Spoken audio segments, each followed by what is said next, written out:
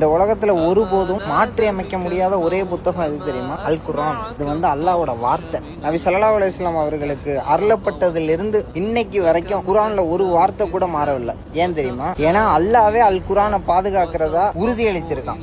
அல்லாஹ் திருக்குர்ஆன்ல சொல்றான், நிச்சயமாக குர்ஆனை நாங்களே இறக்கி வைத்தோம், நிச்சயமாக அந்த குர்ஆனை நாங்களே பாதுகாப்போம். இது நமக்கு அல்லாஹ்விடத்திலிருந்து வந்த உத்தரவாதம். இந்த குர்ஆனை யாராலும் பூமியிலிருந்து அழிக்கவும் முடியாது, யாராலும் எரிக்கவும் முடியாது. அப்படியே யாராவது முயற்சித்தாலும் ஒரு கவலையும் கிடையாது. ஏன்னா இதை லட்சக்கணக்கான மக்கள் மனனம் செஞ்சு வச்சிருக்காங்க. இந்த குர்ஆனை ஓதுங்க. ஏன்னா அது நியாய தீர்ப்பு நாள்ல உங்களுக்கு பரிந்துரையாக வரும். ஒரு விஷயத்த நம்மளே நேர்மையாக கேட்டுக்கணும். எவ்வளவு குர்ஆன் ஆப்ஸ் இருக்கு, எவ்வளவு ஆடியோஸ் இருக்கு, எவ்வளவு டிரான்ஸ்லேஷன்ஸ் இருக்கு. நம்ம எத்தனை தடவை அதை திறந்து பார்த்திருப்போம், திறந்து ஓதி இருப்போம், திறந்து அந்த குர்ஆன் வசனங்களை கேட்டிருப்போம். நம்ம எல்லாரும் அல்லாஹ்வை அவ்வளவு நேசிக்கிறோம் அப்படின்னு சொல்றோம். ஆனா அல்லாஹ் கொடுத்த வார்த்தையை நம்ம திறந்து தொட கூட மாட்டேங்கிறோம். நான் உங்களுக்கு ஒரு விஷயம் தெளிவா சொல்றேன். குர்ஆன் வெறும் ஒரு புக்கு கிடையாது. அது நாளைக்கு உங்க கபூர்ல உங்களை காப்பாற்றக்கூடிய ஒரு நண்பன். ஒரு நாளைக்கு ஒரு வசனமா இருந்தாலும் பரவாயில்ல, குர்ஆனை திறந்து அதை படிங்க. ஒரு நாள் ஒரு வசனம் படிக்காம உங்க நாளை முடிய விட்டுறாதீங்க. இன்னும் சொல்ல போனா குர்ஆன் அல்லாஹ்வால பாதுகாக்கப்படுறது இல்ல, குர்ஆன் நம்மளதான் பாதுகாக்குது. நாளைக்கு மறுமையில இந்த உலகம் உங்களை மறந்துடலாம். இந்த அல் குர்ஆன் மறுமை நாள்ல அல்லாஹ்வோட முன்னணியில் உங்களை நினைவில் கூறும். நாளைக்கு பார்ப்போம். அஸ்ஸலாமு அலைக்கும்.